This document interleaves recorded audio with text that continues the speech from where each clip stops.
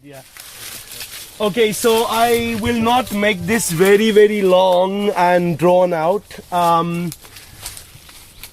Basically, everything that's happening on the farm is inspired by Fukuoka, Masanobu Fukuoka, who wrote the One-Straw Revolution.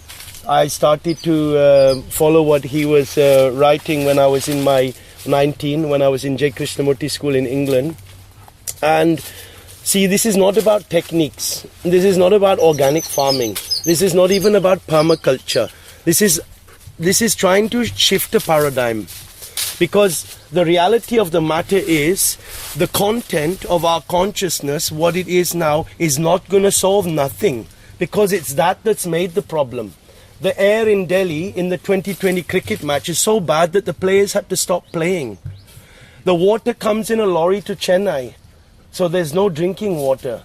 The food is impregnated with injection with the chemicals to make it bush looking nice and like this. But people are getting cancer. There's more plastic in the ocean than there are fish. People don't look in the eye on the street anymore. The economy is in a crash. So the world is in a crisis. It's now if I keep going, we'll start crying. There's mass, mass species extinction.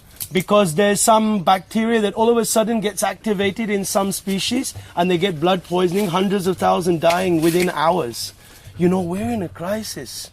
So it's not with the content of our mind that's going to solve this. We need to shift maybe I'm not explaining it in the right way, but we need something drastic.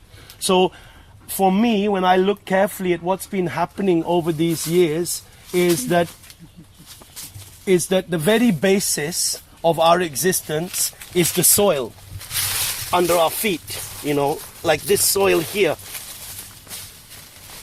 So this soil, every civilization has recognized the divinity of the soil. Bhumi Dev, as I said, Gaia, Mother Earth, Pachimama, what you want to call it. Idan Sami. This is the Shakti of this country. If you look in India, the architecture, the language, the music, the dance, the Ayurveda, the spirituality, the cuisine, it's all because a society had a dynamic, healthy relationship with where its food comes from.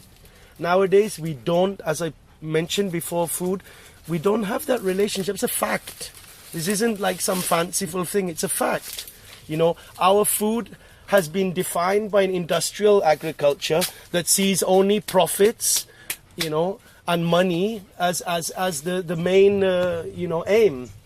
So the nutritional cultural profile of our society is defined by the coin. It's not defined by what grows easily. So there are basically that's all the problems. So then the solutions, like, let's make it real. There has to be something we can at least start to aspire to do. So how do you get healthy soil? In the nature, it's very obvious. All of this soil, all of this organic matter is dropping to the ground and is becoming healthy soil in a very basic, explanation.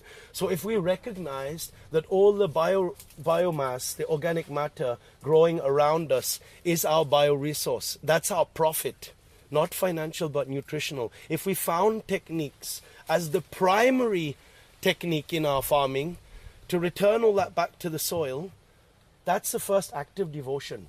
If I talk in Berlin or London, I may use different vocabulary, but we're in Auroville, dedicated to Mother. It's a spiritual community. This is an act of devotion to return this back to the soil. Because when that becomes healthy, that's a facilitating a Shakti of the earth.